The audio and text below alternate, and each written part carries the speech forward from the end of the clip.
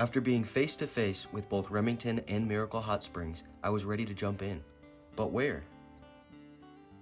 As the sun came out, leading the storm on its way, I followed its path, taking every road as it opened. And that stopped at Bishop.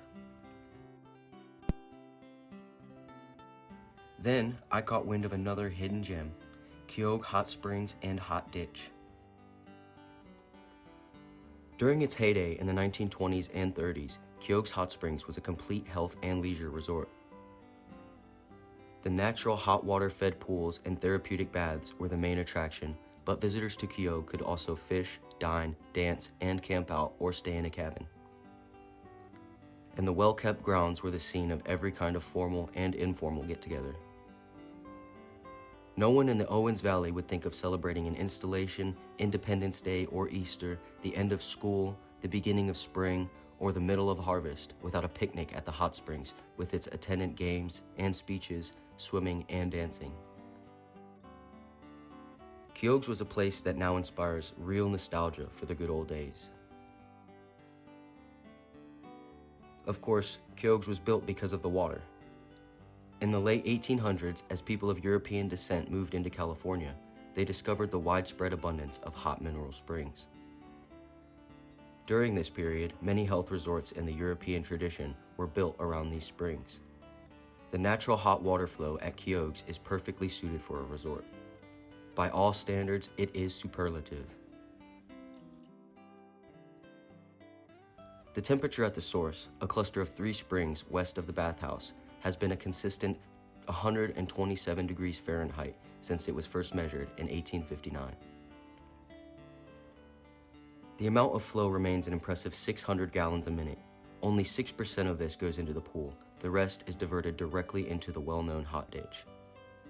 And although the water contains many minerals, it has none of the objectionable taste or odor often associated with geothermal water.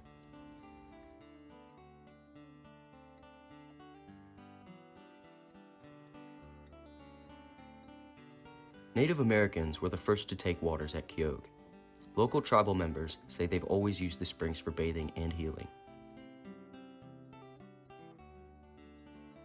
Helen McGee, a Paiute elder, says, "Indian people really believe the water is sacred. You pray to it before you use it. You tell those springs about your pain, and you leave something, maybe a coin. It's your Mother Earth." For hundreds of years, the springs were in the middle of the Paiute village.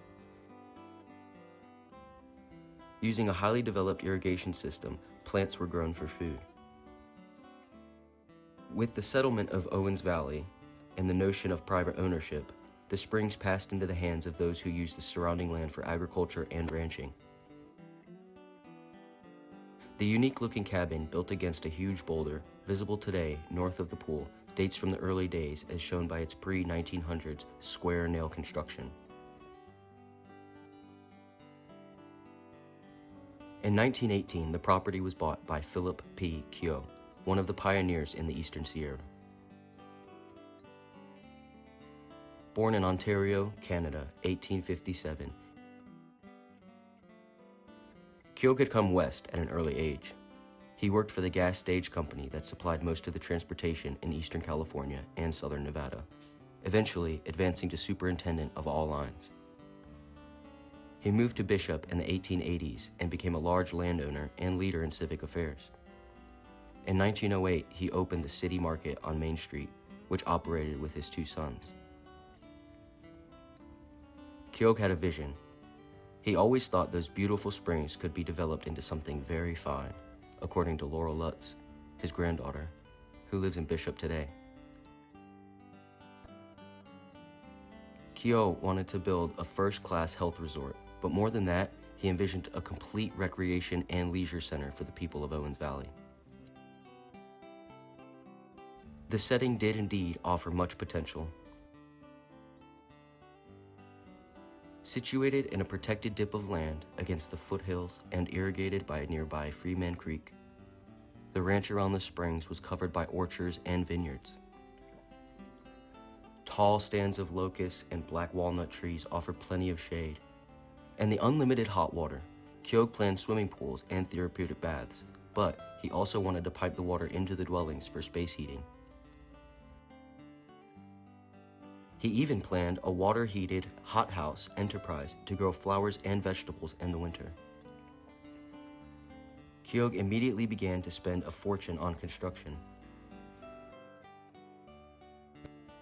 He employed contractors who managed to have the big 48-foot by 100-foot pool, food concessions, and outdoor dance pavilion completed for the August 1919 opening party.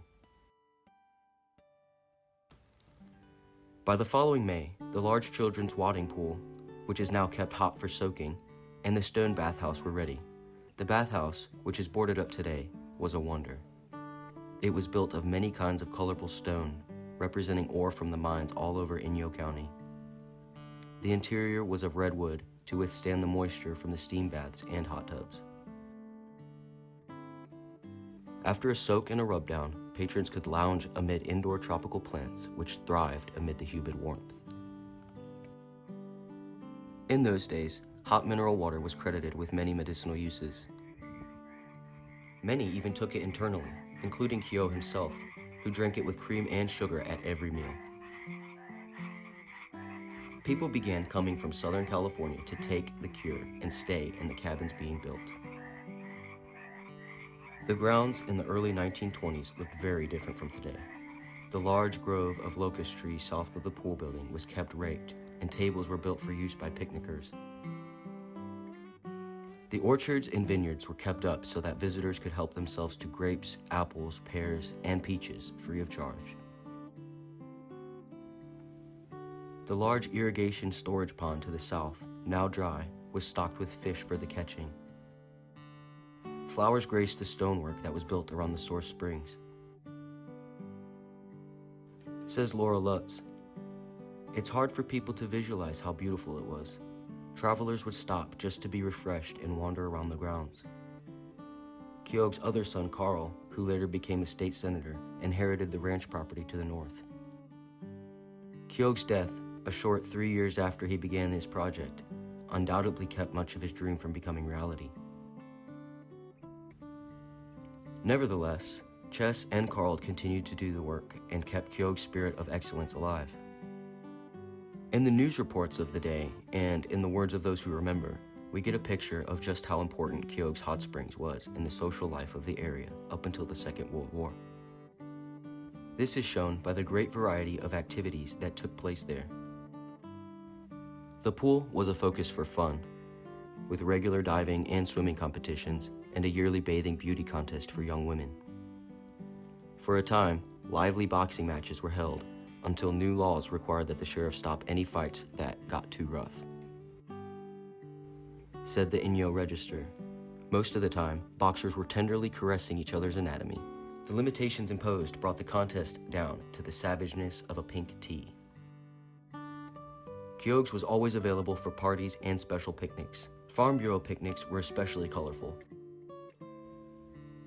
Rolling pin throwing and nail driving for ladies, tug of war and blindfolded wheelbarrow races for gentlemen, and pie eating, greased pig, and three-legged contests for boys and girls.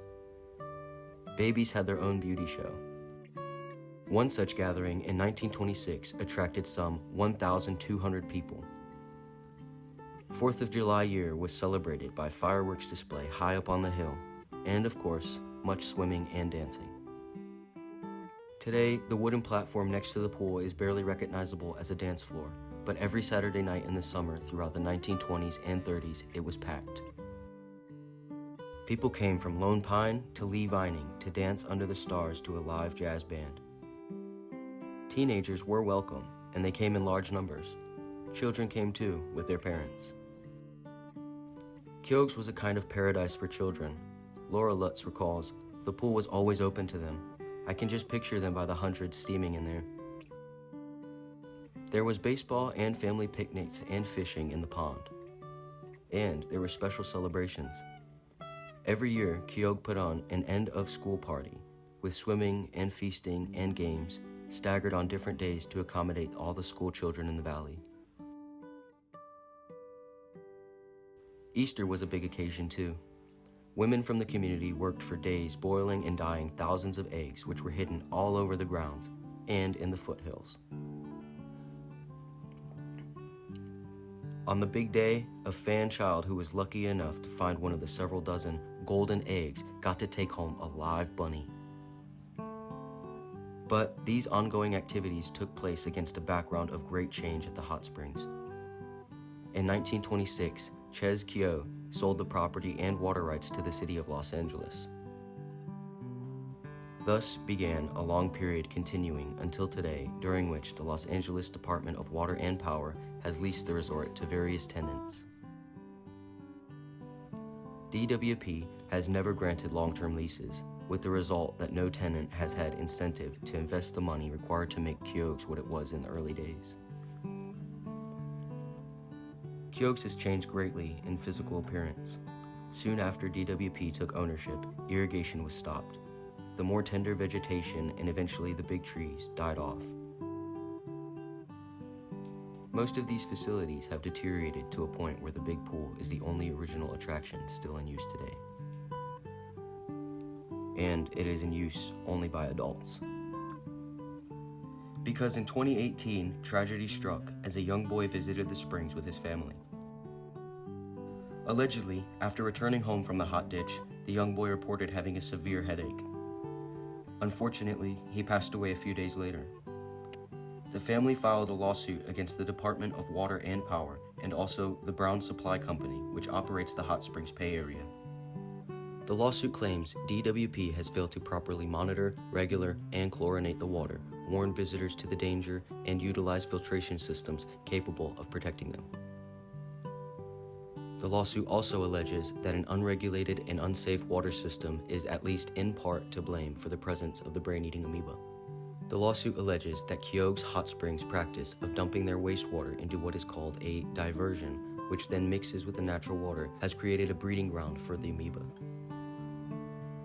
A trial is scheduled to begin on October 7, 2023.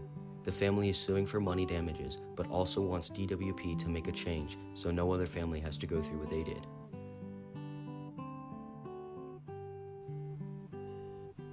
What is Naegleria fowleri? This is a free-living amoeba, a single-celled living organism. It is so small that it can only be seen with a microscope. It is commonly found in warm, fresh water, such as lakes, rivers, and hot springs, along with some soils. Only one species of Naegleria infects people, Naegleria fowleri.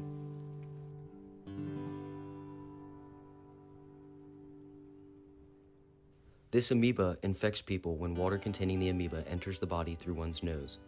This typically happens when people go swimming, diving, or when they put their heads under fresh water, like lakes and rivers. The amoeba then travels up the nose to the brain, where it destroys the brain tissue and causes a devastating infection. These infections may also happen when people use contaminated tap water to cleanse their nose during religious practices or to rinse their sinuses. In very rare instances, people have got infections from recreational water that didn't have enough chlorine in it, such as pools, splash pads, or surf parks.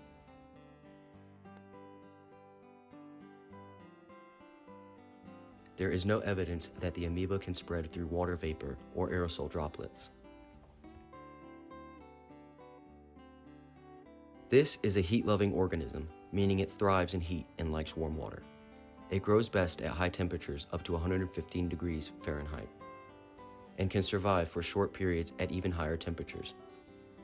Scientists have tested water temperatures from lakes and rivers linked to some PAM cases, and these temperatures have typically been higher than 80 degrees Fahrenheit. However, it is possible that the amoeba may live in water with temperature below 80 degrees Fahrenheit. It is less likely to be found in water as temperatures decline, but the amoeba can be found in lake or river sediment at temperatures well below where one would find the amoeba in water. How common are these infections? These infections are rare. There is no universal definition of a rare disease, but the U.S. Rare Disease Act of 2002 defined a rare disease as a disease that affects less than 200,000 people in the United States. In the United States, between 0 and 5 cases were diagnosed annually from 2012 to 2021. During this period, a total of 31 infections were reported in the United States. Of those cases, 28 people were infected by exposure to recreational water.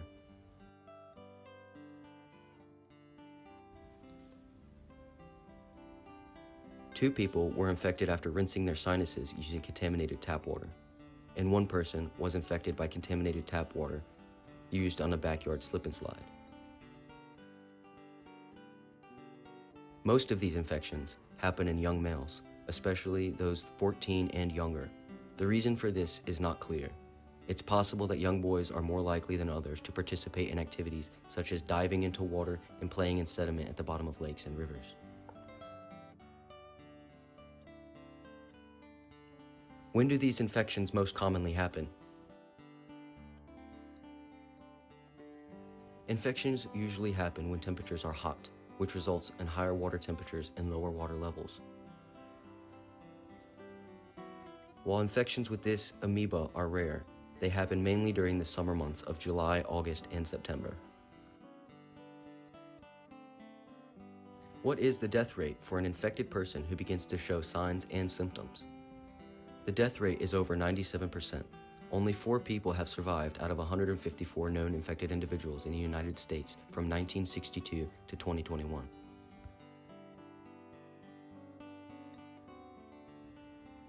In short, keep your head and face out of the water and you should be fine. The amoeba enters through one's sinus cavity and feeds off the fatty parts of one's brain. There is no evidence of an open wound or sore leading to an infection as far as I'm aware. Make your own judgment call on this one.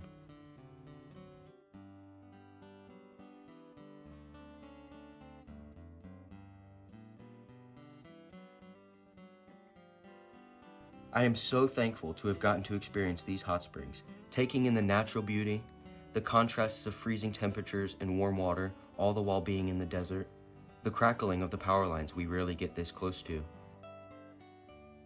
and the spectacular skyscapes from dusk to dawn, at night being surrounded by darkness, allowing one to see stars clearer than most places in Southern California.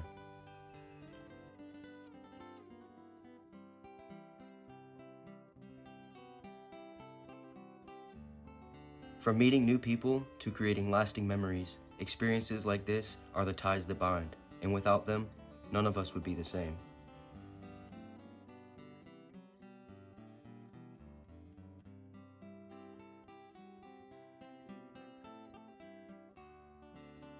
If you visited this place or have any questions, comments, issues, concerns, please leave a comment. I love to read them.